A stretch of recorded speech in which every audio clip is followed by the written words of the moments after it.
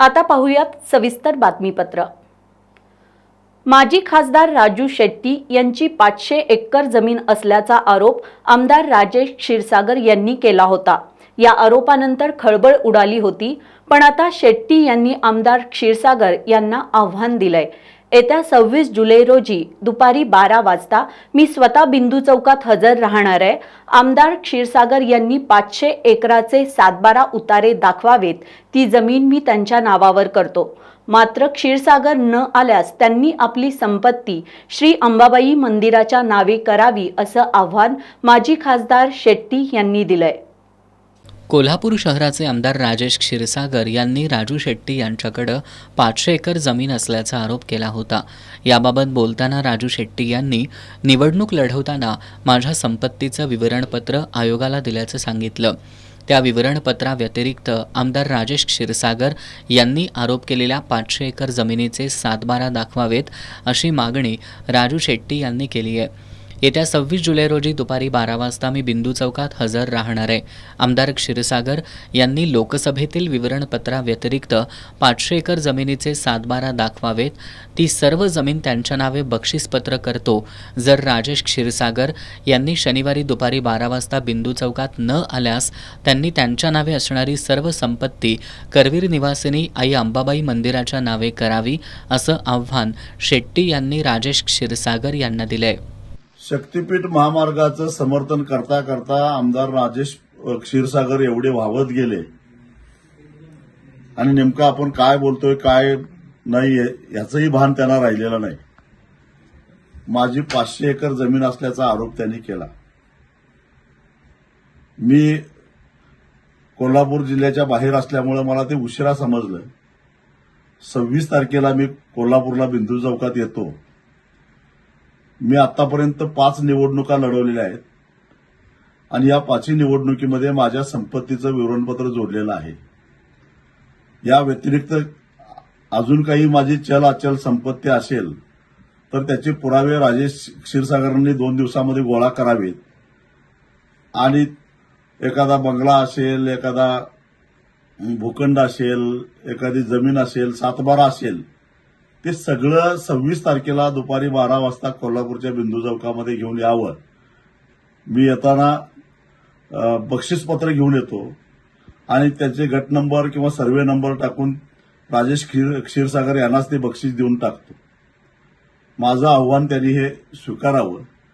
मी बरोबर 12 वाजता 26 जुलैला कोल्हापूरच्या बिंदू चौकामध्ये येणार आहे आणि हे जर का त्यांना दाखवता आलं नाही तर राजेश क्षीरसागर यांनी आपली संपत्ती मला नको पण करवीर निवासिनी महालक्ष्मी अंबाबाईला दान करून करावी, त्याचा आपल्याला चांगल्या पद्धतीने विकास करता येईल, एवढं आव्हान त्यांनी आता स्वीकारावं। माजी खासदार राजू शेट्टींच्या या खुल्या आव्हानानंतर आमदार राजेश क्षीरसागर काय प्रतिसाद देतात हे पाहणं आता महत्त्वाचं आहे। शेतकऱ्यांची कर्जमाफी तसंच दिव्यांगांना 6,000 रुपये पेन्शन मिळावी या मागण्यांसाठी प्रहार संघटनेनं आज राज्यभर चक्काजाम आंदोलन केलं। त्यानुसार कोल्हापुरातही संघटनेच्या वतीनं कोल्हापूर रत्नागिरी महामार्गावर चक्काजाम आंदोलन करण्यात आलं। यावेळी कार्यकर्त्यांनी जोरदार घोषणाबाजी केली। शेतकऱ्यांची कर्जमाफी, दिव्यांगांना 6,000 रुपये पेन्शन मिळावी यासह अन्य मागण्यांसाठी प्रहार संघटनेचे नेते बच्चू कडू यांचं आंदोलन सुरू आहे। या आंदोलनाला पाठिंबा देण्यासाठी कोल्हापूर जिल्हा प्रहार जनशक्ती पक्षाच्या वतीनं कोल्हापूर रत्नागिरी महामार्गावर चक्काजाम आंदोलन करण्यात आलं। यावेळी आंदोलकांनी सरकारच्या विरोधात जोरदार घोषणाबाजी करत शेतकऱ्यांची कर्जमाफी झालीच पाहिजे, दिव्यांगांना 6,000 पेन्शन मिळालीच पाहिजे अशी घोषणाबाजी करत परिसर दणाणून सोडला। यावेळी कृषी मंत्री माणिकराव कोकाटे यांचाही निषेध करण्यात आला। आंदोलनाची शासनानं दखल न घेतल्यास बच्चू कडू यांच्या मार्गदर्शनाखाली उग्र आंदोलन करण्याचा इशारा देण्यात आला। या आंदोलनामुळे वाहतूक काही काळ विस्कळीत झाली होती। आंदोलनात जिल्हा युवक अध्यक्ष मयूर वरोटे, माधुरी म्हेत्रे, आरेकर पाटील, विकास गायकवाड, दादासाहेब सुतार, प्रकाश किरवकर, सुनील शिंदे, प्रल्हाद माने यांच्यासह संघटनेचे कार्यकर्ते सहभागी झाले होते। शिवाजी विद्यापीठाच्या निवृत्त सुरक्षा रक्षकांचा 7वा वेतन आयोग, रजा रोखीकरण आणि पदोन्नती फरक रक्कम देण्यास विद्यापीठ प्रशासन विलंब करत असल्याचा आरोप करत माजी सैनिक कल्याण समिती आणि शाहू सेनेनं विद्यापीठच्या मुख्य प्रवेशद्वारासमोर धरणं आंदोलन सुरू केलंय. आज माजी सैनिकांच्या पत्नींनी आंदोलन सिंदूर राबवत प्रशासनाचं लक्ष वेधण्याचा प्रयत्न केला.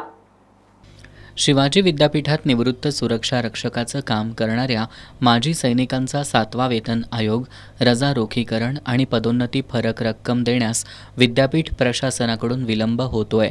याविरोधात माजी सैनिक कल्याण समिती आणि शाहू सेनेच्या वतीनं विद्यापीठाच्या मुख्य प्रवेशद्वारासमोर धरणं आंदोलन सुरू करण्यात आलंय. आज या आंदोलनाचा 4था दिवस होता. आज माजी सैनिकांच्या पत्नीनं आंदोलनात सहभाग घेत आंदोलन सिंदूर राबवलं. या अंतर्गत देण्यात येणाऱ्या निवेदनाला सिंदूर लावण्यात आलं होतं. कुलगुरू डॉक्टर प्रमोद पाटील यांना मागण्यांचं निवेदन देण्यात आलं. यावेळी शासनाकडे याबाबत पाठपुरावा सुरू असल्याची माहिती डॉक्टर पाटील यांनी दिली. मात्र जोपर्यंत लेखी आश्वासन मिळत नाही तोपर्यंत आंदोलन सुरूच राहील असा पवित्रा आंदोलनकर्त्यांनी घेतलाय. 7वा वेतन लागू केला पाहिजे. त्यांनी 6वा वेतनच अजून आम्हाला पेन्शन मिळते, तर त्याच्यावर त्यांनी कारवाई केली पाहिजे. कारण 8-8 वर्ष झाली रिटायरमेंट घेऊन अजून काहीच नाही आहेत. आता लोकांना BP शुगर झालेली आहे, त्यांना उठायला येत नाही. 4 दिवस झाले त्यांनी तिथं बसलेले आहेत. तर त्यांनी लवकरच त्याच्यावर कारवाई करून आम्हाला सरकारी लेखी द्यावं त्यांनी, की ह्याच्या टाईमपर्यंत होईल म्हणून. एवढंच. त्या आंदोलन आमचं चालूच राहणार आहे. त्याच्यावर काही हे नाही आहे. कारण त्यांनी देत नाही तर आम्ही इथे येऊन बसणारच. का पर्याय नाही आम्हाला दुसरा. आंदोलनात माजी सैनिक कल्याण समितीचे अध्यक्ष शिवाजीराव परुळेकर, शाहू सेनेचे अध्यक्ष शुभम शिरहट्टी, सुरेखा सुतार, रंजना वासुदेव, उषा सुतार, आरती कदम, शैला पवार, अर्चना खामकर, छाया घाडगे, AM Patil, MG Patil, DJ Mohite, MB सुतार, करण कवठेकर यांच्यासह माजी सैनिक उपस्थित होते. कोल्हापूर शहरात सकाळपासून पावसाची उघडझाप होती. पश्चिम भागात मात्र पावसाची संततधार होती. पावसामुळे पंचगंगा नदीच्या पाणी पातळीत वाढ होत असून आज सायंकाळी 6 वाजता पंचगंगा नदीची राजाराम बंधाऱ्याजवळील पाणी पातळी 20 फूट 1 इंच इतकी होती. राधानगरी धरण पाणलोट क्षेत्रात पावसाचा जोर वाढता आहे. धरणातील पाणी साठ्यात वाढ होत आहे. राधानगरी धरण 96% भरलं आहे. पावसाचा जोर वाढता राहिल्यास लवकरच धरण पूर्ण क्षमतेनं भरण्याची शक्यता जलसंपदा विभागानं वर्तवली आहे. कोल्हापूर शहर आणि जिल्ह्यात बुधवारपासून पावसाला सुरुवात झाली आहे. शहरात पावसाची उघडझाप असली तरी धरण पाणलोट क्षेत्रात मात्र पावसाचा जोर कायम आहे. या पावसामुळे नद्यांच्या पाणी पातळीत बुधवारी दुपारनंतर हळूहळू वाढ होतीये. आज दिवसभरात ही पंचगंगा नदीच्या पाणी पातळीत वाढ झाली. सायंकाळी 6 वाजता राजाराम बंधाऱ्यावरील पाणी पातळी 20 फूट 1 इंच इतकी होती. राधानगरी धरण पाणलोट क्षेत्रात बुधवारपासून पावसाचा जोर वाढलाय. यामुळे धरणात पाण्याची आवक वाढली असून राधानगरी धरण 96% भरलंय. सध्या धरणात 7.1 TMC पाणीसाठा आहे. 1 जूनपासून आजपर्यंत 2981 मिलीमीटर पावसाची नोंद झाली आहे. धरणाच्या BOT वीजगृह सांडव्यातून 1500 क्युसेक्स विसर्ग भोगावती नदीपात्रात सुरू आहे.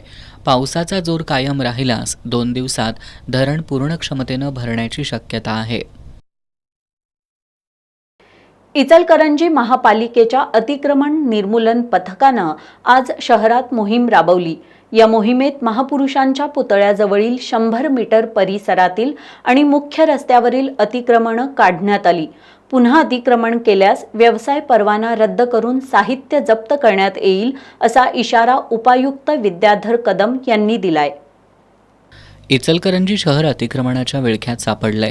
महानगरपालिकेनं अतिक्रमण काढल्यानंतर पुन्हा फेरीवाले अतिक्रमण करतायत.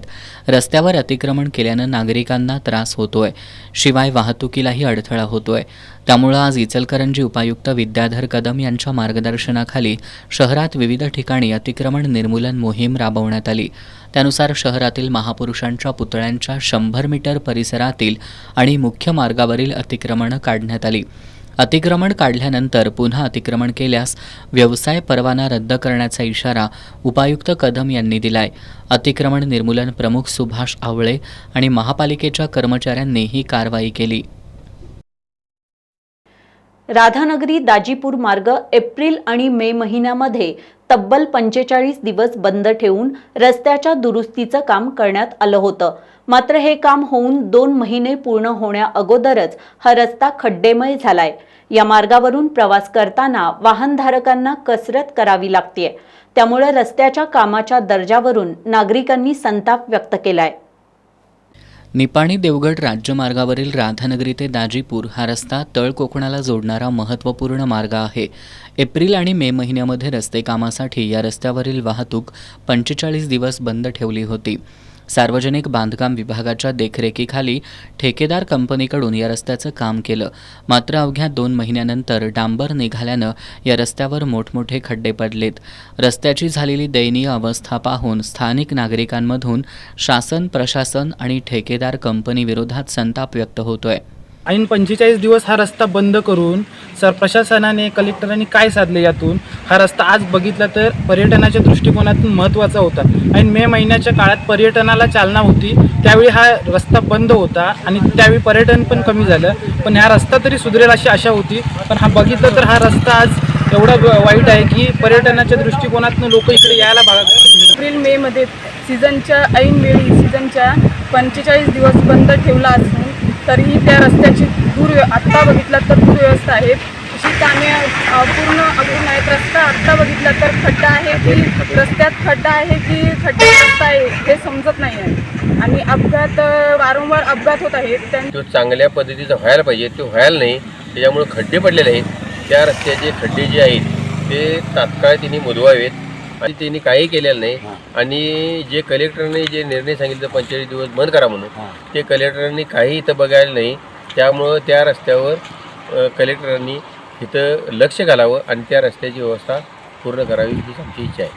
केवळ 2 महिन्यातच रस्ता उखडल्यानं या कामाच्या दर्जाविषयी प्रश्नचिन्ह उपस्थित होत आहे. जिल्हाधिकाऱ्यांनीच या रस्ते कामाची पाहणी करून संबंधितांवर कारवाई करण्याची मागणी होतीये. मुरगुड शहरात भटक्या कुत्र्यांचा उपद्रव दिवसेंदिवस वाढत असून नागरिकांचं रस्त्यावरून सुरक्षितपणे चालणं कठीण झालंय. शहराच्या विविध भागांमध्ये 30 ते 40 कुत्र्यांची टोळकी खुलेआम हिंडताना दिसत असून ही कुत्री शाळकरी मुलं, वयोवृद्ध, महिला आणि दुचाकी स्वारांवर अचानक हल्ला करतायत. मुरगुड शहरात भटक्या कुत्र्यांचा उपद्रव दिवसेंदिवस वाढत चाललाय. दुचाकी स्वारांचा पाठलाग करताना ही कुत्री त्यांच्या वाहनांपुढे येत आहेत. त्यामुळे वाहनधारक रस्त्यावर पडून गंभीर जखमी होत आहेत. यापूर्वी नागरिकांनी या संदर्भात तक्रार दाखल करत कुत्र्यांचं निर्बीजीकरण करण्याची मागणी केली होती. तेव्हा नगरपालिका प्रशासनानं उपाययोजना करण्याचं आश्वासन दिलं होतं. मात्र अद्याप कोणतीच ठोस कारवाई झालेली नसल्यानं कुत्र्यांची संख्या वाढतच चालली आहे. सरकारी आकडेवारीनुसार देशभरात दररोज 6,000हून अधिक लोक भटक्या कुत्र्यांच्या हल्ल्यात जखमी होत आहेत. मुरगुडसारख्या शहरांमध्ये तर भटक्या कुत्र्यांची टोळकी रस्त्यांवर दबा धरून बसलेली असतात आणि अचानक रस्त्यांवरून चालणाऱ्यांवर हल्ला करतात. विशेषतः शाळकरी मुलं, महिला आणि वृद्ध व्यक्ती यांना लक्ष्य केलं जात आहे. रेबीज झालेल्या कुत्र्यांनी चावल्याच्या घटना यापूर्वी घडल्या आहेत. तरीही प्रशासनाचं दुर्लक्षच होत आहे. इतर शहरांमध्ये नियमित निर्बीजीकरण मोहीम राबवली जाते, मात्र मुरगुडमध्ये ती का राबवली जात नाही असा संतप्त सवाल नागरिक विचारत आहेत. मुरगुड शहरात सध्या जवळपास 500 ते 600 भटकी कुत्रे असल्याचा अंदाज आहे. या कुत्र्यांचा तात्काळ बंदोबस्त करावा अशी मागणी जोर धरतीये. या संदर्भात नागरिकांनी मुरगुडचे मुख्याधिकारी आतिश वाळुंज यांना निवेदन दिले. यावेळी शिवभक्त समाजसेवक सर्जेराव भाट, ओंकार पोतदार, जगदीश गुरव, तानाजी भराडे, संकेत शहा, संकेत भोसले, अमर सनगर, शिवाजी चौगले, आनंदा रामाने, संदीप भारमल, प्रफुल्ल कांबळे, अमोल मेटकर, विनायक मेटकर यांच्यासह अनेक नागरिक मोठ्या संख्येनं उपस्थित होते.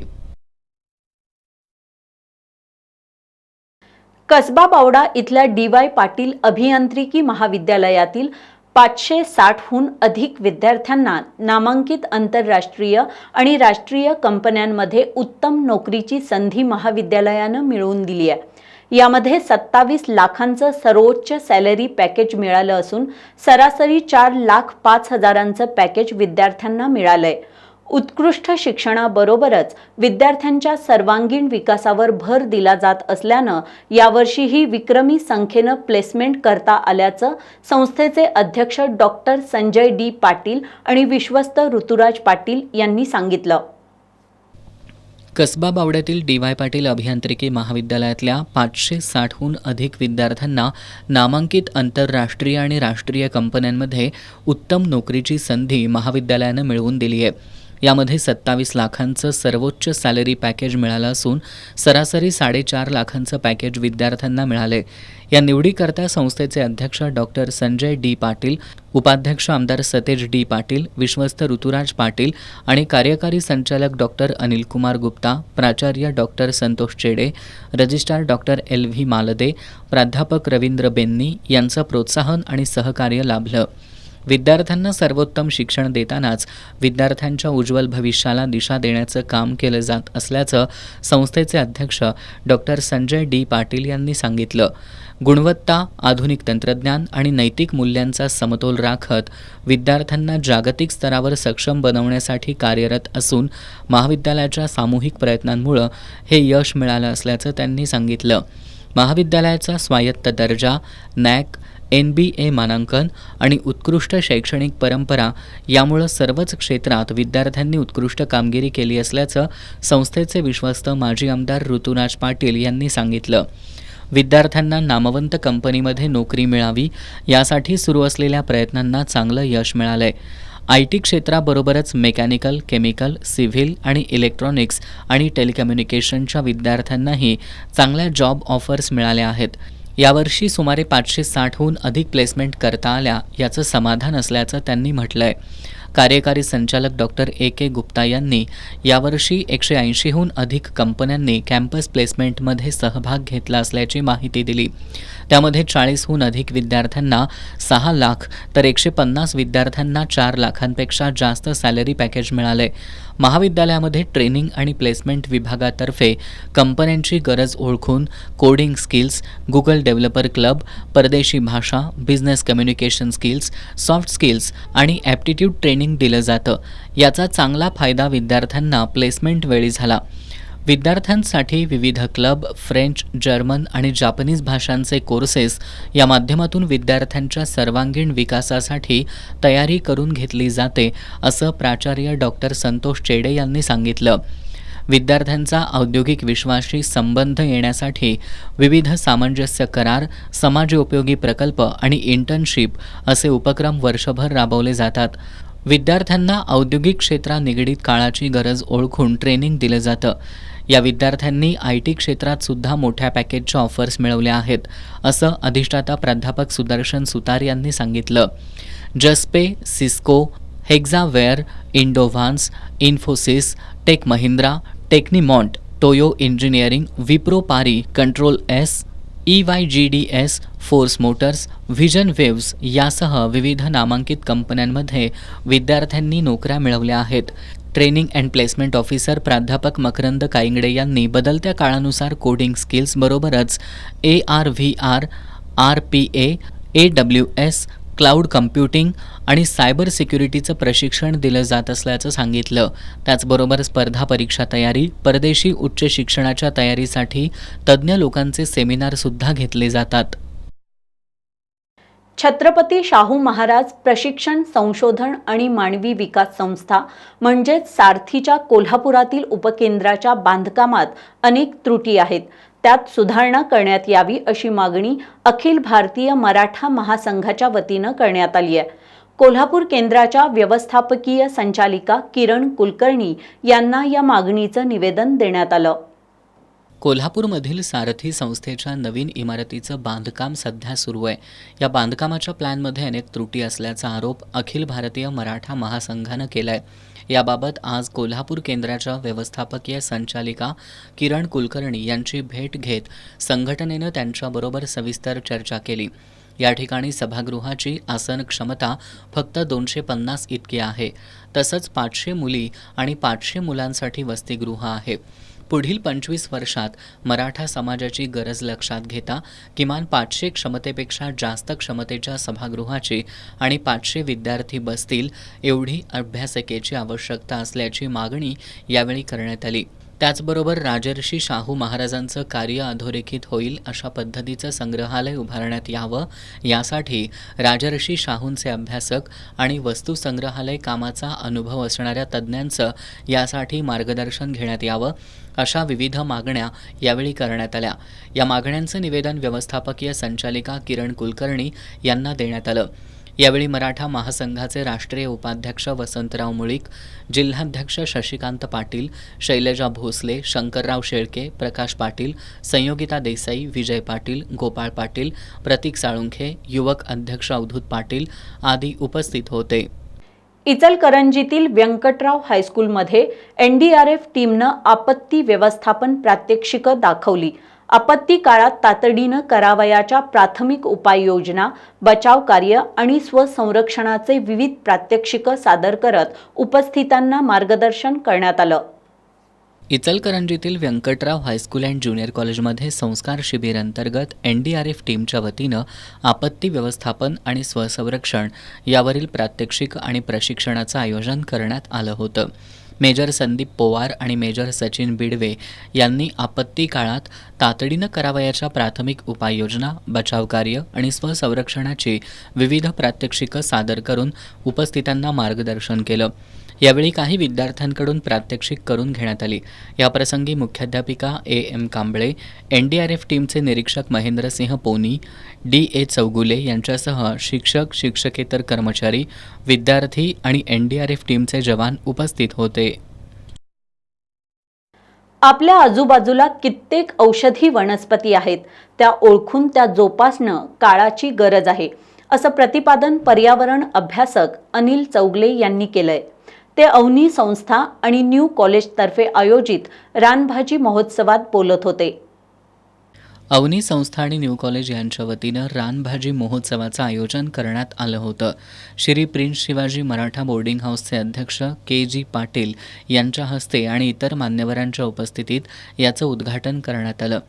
रानभाज्यांमध्ये असलेली विविध पोषक तत्व, औषधी गुणधर्म, आरोग्याच्या दृष्टीनं याचे फायदे लोकांच्यापर्यंत पोहोचवण्यासाठी या महोत्सवाचं आयोजन करण्यात आलं होतं.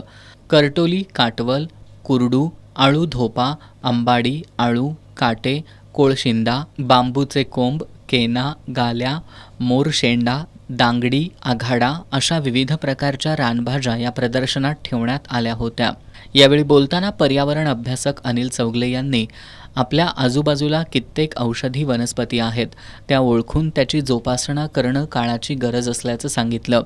गणेशोत्सवात 74 प्रकारच्या रानभाज्या आपण पूजेच्या निमित्तानं वापरतो, पण त्याचा औषधी उपयोग आपण करण्याचं विसरतो आहोत, अशी खंत त्यांनी यावेळी व्यक्त केली. अवनी संस्थेच्या अध्यक्ष अनुराधा भोसले यांनी सध्या अवनीतर्फे शेतकरी महिलांना सेंद्रिय शेतीचं प्रशिक्षण देत असल्याची माहिती दिली. येणाऱ्या काळात परसबागेचं पुनर्जीवन याच्यावर आम्ही काम करणार असल्याचं त्यांनी सांगितलं. यावेळी न्यू कॉलेजचे प्राचार्य डॉक्टर व्ही.एम. पाटील, पर्यावरण अभ्यासक अनिल चौगले, अवनीच्या अध्यक्ष Anuradha Bhosale, Ujjwal Nageshkar, doctor Archana Jagatkar, doctor M B. Waghmare, उपप्राचार्य doctor R D. Dhamkale, doctor V B. Shimpale, N V. Pawar, Avni संस्थेचे उपाध्यक्ष संजय पाटील, साताप्पा मोहिते, माया जोगडे आदी उपस्थित होते. शिवसेना ठाकरे गटाच्या वतीनं कोल्हापुरातील ऐतिहासिक दसरा चौकात जब मिल बैठेंगे 5 यार या टॅगलाईनवर अनोखं मूक आंदोलन करण्यात आलं. यावेळी आंदोलकांनी चेहऱ्यावर महायुती सरकारमधील मंत्री आणि आमदारांचे मुखवटे घालून त्यांनी केलेले कारनामे दाखवले. शिवसेना ठाकरे गटाच्या वतीनं कोल्हापुरातील ऐतिहासिक दसरा चौकात अनोखं मूक आंदोलन आणि मूक प्रदर्शन करण्यात आलं. जब मिल बैठेंगे 5 यार अशी आजच्या आंदोलनाची टॅगलाईन होती. यावेळी आंदोलकांनी चेहऱ्यावर सत्ताधारी महायुतीच्या सरकारमधील मंत्री आणि आमदारांचे मुखवटे घालून त्यांनी केलेली चुकीची कामं दाखवली.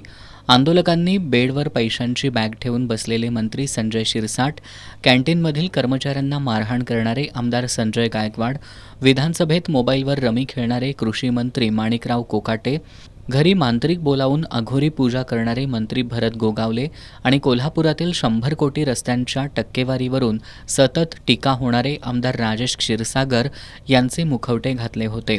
यावेळी आंदोलकांनी हाताला काळ्या फिती बांधून निषेध नोंदवला.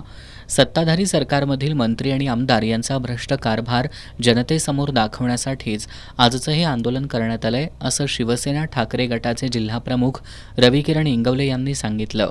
तर राज्यातील विद्यमान सरकारच्या माध्यमातून जे मंत्री महोदय माणिकराव कोकाटे यांनी ज्या पद्धतीनं जंगली रम्मी खेळण्याचा प्रयत्न केला, संजय गायकवाडनी बॉक्सिंगचे ग्लोव्ज घालून मारहाण करण्याचा प्रयत्न केला, लोकप्रतिनिधी टक्केवारी कसं घेतात याचा आता खुलेआम पाढा वाचण्याचं काम राजेश क्षीरसागर यांच्या माध्यमातून सुरू आहे. संजय शिरसाट पैशाची बॅग घेऊन बसतात बेडवर.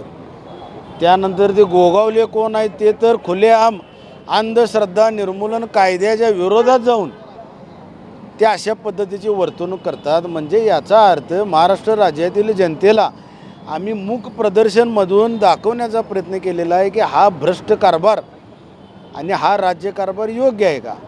हे लोकप्रतिनिधी फक्त आणि फक्त EVMच्या जीवावर आणि वाढीव मतांच्या जीवावर निवडून आलेले सिद्ध होते. कोल्हापुरातील 100 कोटीचे रस्ते खडीसारखे वाहून गेल्याची टीका त्यांनी केली. पण 100 कोटी रस्त्याचं खरोखर चांगल्या पद्धतीचं काम झालं काय जनतेला समजतं की. मी कुणाच्या नावानं चुकीचं सर्टिफिकेट देण्यापेक्षा जनतेला पोचपावती मिळालेली आहे की 100 कोटी रस्ते हे पाण्यात खडीसारखे वाहून गेले.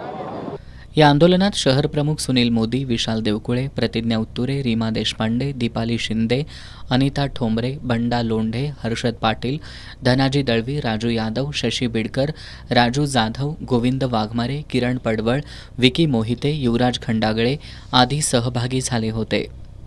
शिरोळ तालुक्यातील हरोली इथल्या विजय मुगुळखोडे यांच्या खुनातील अन्य संशयितांना अटक करा, अशी मागणी विजय मुगुळखोडे यांच्या पत्नी मीनाक्षी मुगुळखोडे यांनी आज पत्रकार बैठकीत केली आहे.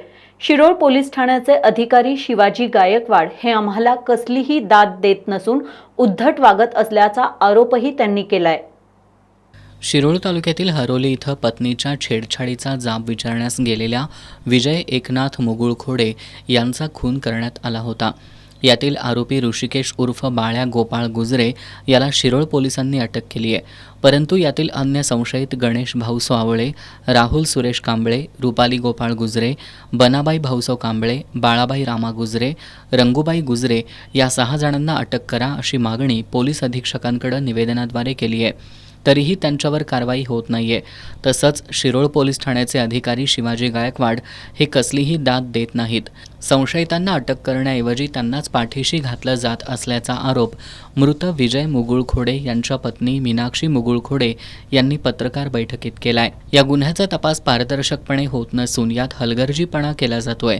त्यामुळे याचा तपास गुन्हे शाखेकडे वर्ग करा आणि आमच्या कुटुंबाला न्याय द्या, अशी विनंती त्यांनी माध्यमांद्वारे मुख्यमंत्री देवेंद्र फडणवीस यांच्याकडे केली आहे. मिस्टर आणि आम्ही म्हणजे माझी छेडछाडीबद्दल विचारायला गेल्यावर माझ्या मिस्टरांचा धारदार शस्त्राने खून केला. त्याच्यामध्ये 6 आरोपी आहेत, राहुल कांबळे, गणेश आवळे आणि त्याबरोबरच बाकीच्या 4 महिला आहेत, रुपाली गुजरे, बनाबाई कांबळे, रंगूबाई गुजरे आणि बाळाबाई गुजरे या सर्वांनी मिळून कट कारस्थान करून माझ्या मिस्टरांचा मर्डर केलेला आहे. ह्याची दाद मागण्यासाठी आम्ही शिरोळ पोलीस स्टेशनमध्ये गेलो होतो, पण तिथं आमची दाद घेतलेली नाही आहे. प्रत्येक वेळेला आम्ही जेव्हा जाईल तेव्हा प्रत्येक वेळेला ते म्हणायचे की नाही ते पाण्यासाठी झालेलं आहे, छेडाछेडीचं काय त्यांनी मेन्शन त्याच्यात केलंच नव्हतं.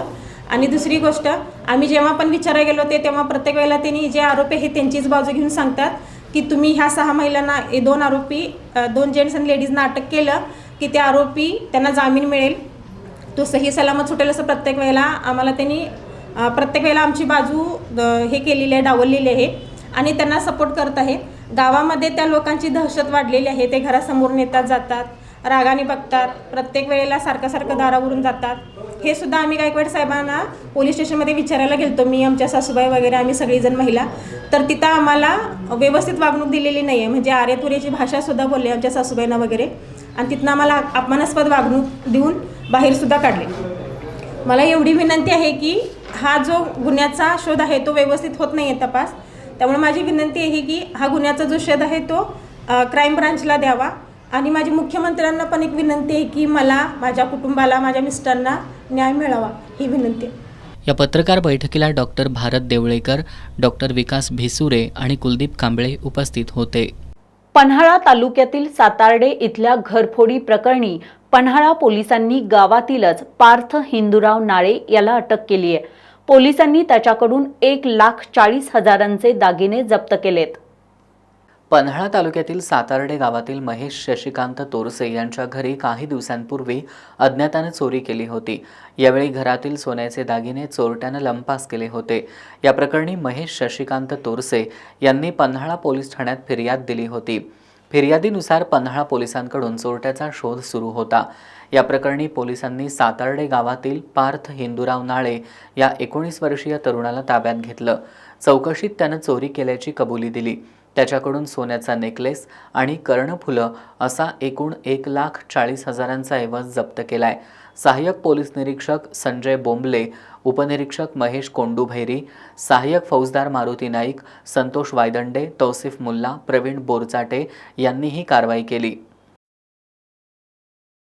कोल्हापूर जिल्ह्यात रात्री घरफोडी चोरी करणारी टोळी जेरबंद करण्यात स्थानिक गुन्हे शाखेच्या पोलिसांना यश आलंय. घरफोडी चोरीच्या गुन्ह्यातून 137 ग्रॅम सोने, 1,286 ग्रॅम चांदी आणि इतर साहित्य असा एकूण 20,96,600 रुपये किमतीचा मुद्देमाल जप्त करण्यात आलाय. स्थानिक गुन्हे शाखेचे पोलीस निरीक्षक रवींद्र कळमकर यांनी ही माहिती दिली.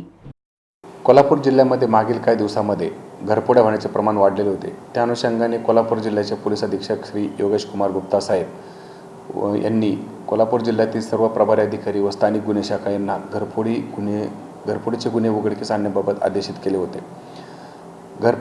शाहूवाडी पोलीस ठाणे हद्दीमध्ये भांबवडे गावात एक घरफोडी घडली होती. त्या घरफोडीतील आरोपींबाबत शाहूवाडी पोलीस स्टेशनचे अंमलदार मुल्ला यांना गोपनीय माहिती प्राप्त झाली होती. सदरची माहिती त्यांनी स्थानिक गुन्हे शाखा यांच्याशी शेअर केली असता स्थानिक गुन्हे शाखा व शाहूवाडी उपविभागीय पोलीस अधिकारी आप्पासाहेब पवार यांच्या नेतृत्वाखाली एक टीम तयार करण्यात आली.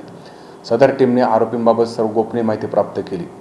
त्या आरोपींपैकी एक आरोपी हा सांगली फाटा येथे येणार असल्याची माहिती मिळाली असता सदर ठिकाणी सापळा रचला असता त्या ठिकाणी सुभाष शंकर काळे हा आरोपी स्थानिक गुन्हे शाखेला पकडण्यामध्ये यश आले.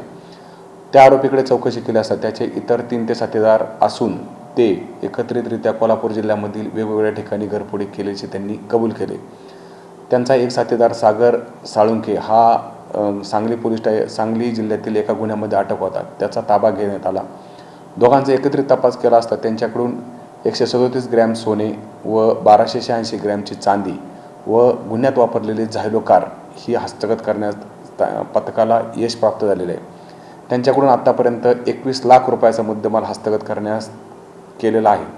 सदर आरोपी सध्या पोलीस कोठडीत असून त्यांच्याकडून आत्तापर्यंत शाहूवाडी पोलीस स्टेशनचे 2 गुन्हे, कागल पोलीस स्टेशनचा 1 गुन्हा, इस्पुर्लीचा 1 गुन्हा, त्याचप्रमाणे हातकणंगले पोलीस स्टेशनचे 4 गुन्हे, शिरोळ पोलीस स्टेशनचे 3 गुन्हे, वडगाव पोलीस स्टेशनचे 3 गुन्हे असे जवळजवळ 15 गुन्हे उघडकीस आणण्यात पथकाला यश प्राप्त झालेले आहेत.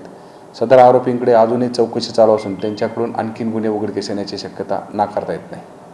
जलजीवन मिशन योजनेतील केलेल्या कामांचं बिल न मिळाल्यामुळं सांगली जिल्ह्यातील तांदुळवाडीमधील उदयोन्मुख ठेकेदार हर्षल पाटील यानं शेतात गळफास घेऊन जीवन संपविलं. या घटनेनंतर राज्यभरातून सरकारच्या कार्यपद्धतीवर संताप व्यक्त होत असून शासनावर सदोष मनुष्यवधाचा गुन्हा दाखल करावा अशी मागणी होतीये. महाराष्ट्र शासनाच्या जलजीवन मिशन अंतर्गत राज्यात शासनानं हर घर जल ही योजना सुरू केली आहे. या माध्यमातून सरकारी कामं काढण्यात आली. ही कामं सुशिक्षित बेरोजगार अभियंते आणि छोट्या कंत्राटदारांनी घेऊन जवळपास पूर्ण देखील केली आहेत.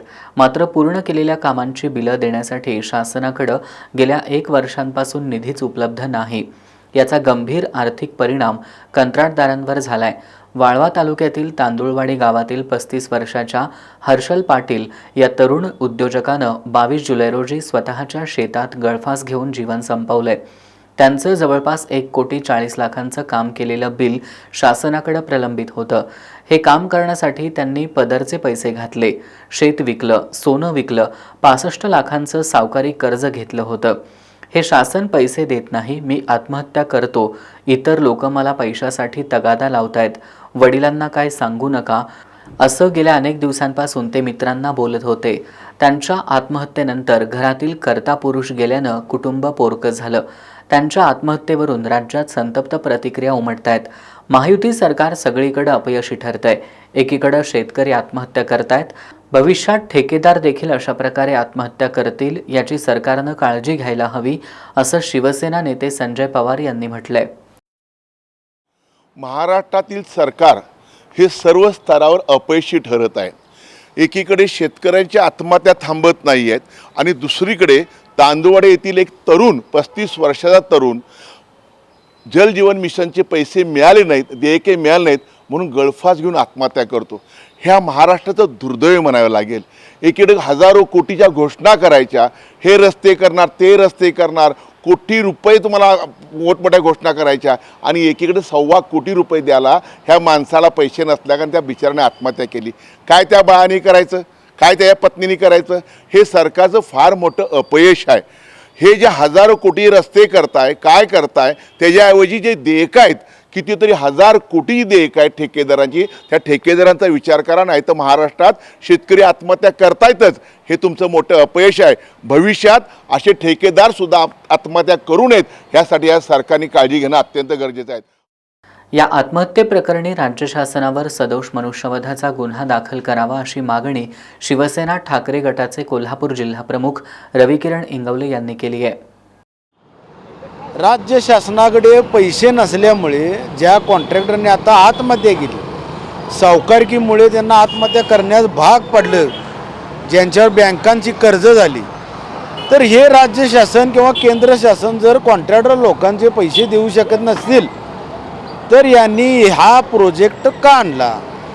माझं असं मत आहे की ज्यांनी आत्महत्या केली त्यांच्या घरच्यांनी या राज्य शासनाला पार्टी करून, पार्टी म्हणजे कोर्टामध्ये खेचून, कोर्टात यांना पार्टी केलं पाहिजे आणि या राज्यकर्त्यांना हा सदोष मनुष्यवध झाला म्हणून राज्यकर्त्यांना अरेस्ट केलं पाहिजे. जलजीवन अधिकाऱ्यांनी कंत्राटदारांची पिळवणूक करू नये, प्रलंबित बिलं तात्काळ द्यावीत अशी मागणी करवीर तालुका कॉन्ट्रॅक्टर असोसिएशनचे अध्यक्ष दयानंद शिंदे यांनी केली आहे.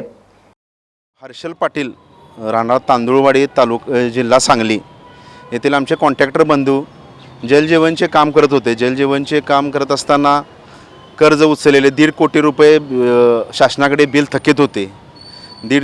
65 लाख रुपये त्यानं कर्ज घेतलेलं होतं बाहेरून आणि तो तगादा ते पैसे देऊ न शकल्यामुळे बिल लवकर न मिळते त्यानं आत्महत्या केली. तर या शासनास आमची एक नम्र विनंती आहे की त्याचे तरी बिल लवकरात मिळावे. आमच्या राज्यातील 12,000 कोटी कॉन्ट्रॅक्टरांचे दिन आहेत ते पण मिळावे, का त्याचे तरी त्याच्या कुटुंबाला एक आधार म्हणून तरी त्याचे तरी बिल लवकर देण्यात यावी, ही शासनाची नम्र विनंती आहे. आणि ह्या अधिकाऱ्यांना एक आमची नम्र विनंती आहे, ज्या शासकीय ज्या जलजीवनमधले आहेत, पाणीपुरवठ्याचे आहेत, की त्यांनी ह्या एवढी पिळवणूक करू नये.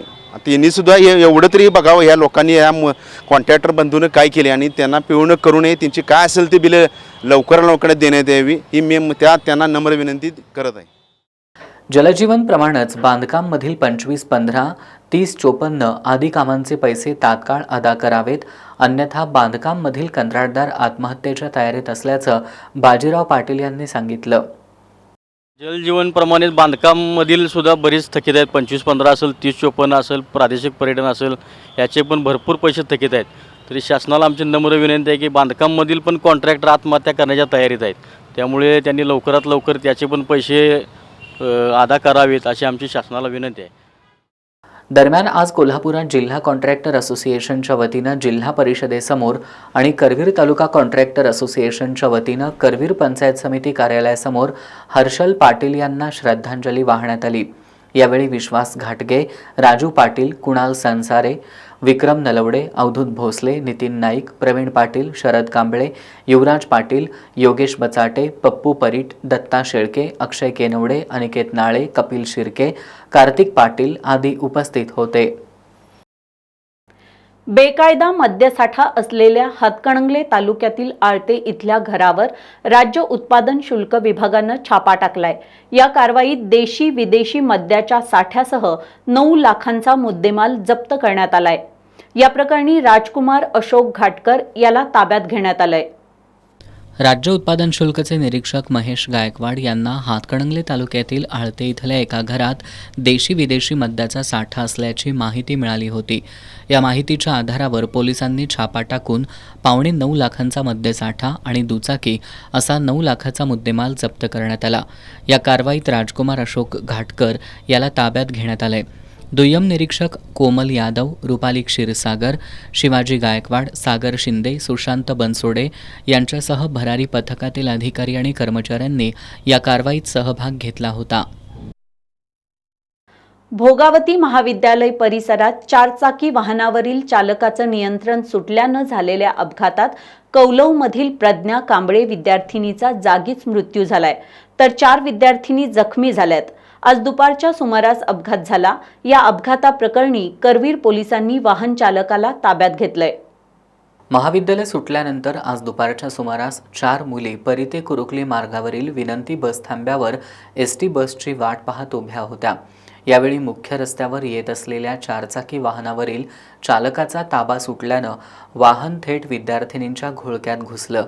यामध्ये FYBAच्या वर्गात शिकणाऱ्या कौलव गावच्या 18 वर्षीय प्रज्ञा दशरथ कांबळे हिचा जागीच मृत्यू झालाय, तर अपघातात अस्मिता अशोक पाटील, सायली उदय सरनोबत यांच्यासह आणखी 2 विद्यार्थिनी जखमी झाल्यात। या मुलींवर रुग्णालयात उपचार सुरू आहेत। वाहन चालकाला करवीर पोलिसांनी ताब्यात घेतलंय। अपघाताच्या ठिकाणी नागरिकांनी मोठी गर्दी केली होती। महाविद्यालयीन विद्यार्थिनीचा जागीच मृत्यू झाल्यानं परिसरात हळहळ व्यक्त होतीये।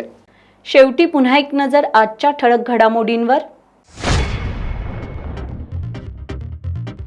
माजी खासदार राजू शेट्टींनी दिलं आमदार राजेश क्षीरसागरांना आव्हान। 500 एकराचे 7-12 उतारे दाखवा, जमीन तुमच्या नावावर करतो, अन्यथा तुमची संपत्ती श्री अंबाबाई मंदिराच्या नावे करा।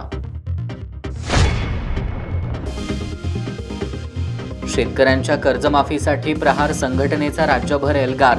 कोल्हापूर रत्नागिरी मार्गावर केलं चक्काजाम आंदोलन। उदयनमुख ठेकेदार हर्षल पाटील यांच्या आत्महत्येनंतर महायुती सरकार विरोधात संतप्त प्रतिक्रिया। सरकारवर सदोष मनुष्यवधाचा गुन्हा दाखल करण्याची मागणी। कोल्हापुरात शिवसेना ठाकरे गटानं केलं अनोखं मूक आंदोलन। महायुती सरकारमधील वादग्रस्त मंत्री आणि आमदारांचे मुखवटे घालून दाखवले त्यांचे कारनामे।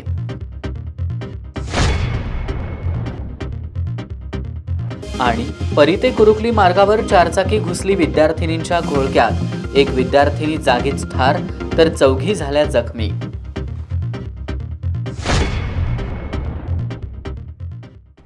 याबरोबरच आजचं बातमीपत्र संपलं। नमस्कार।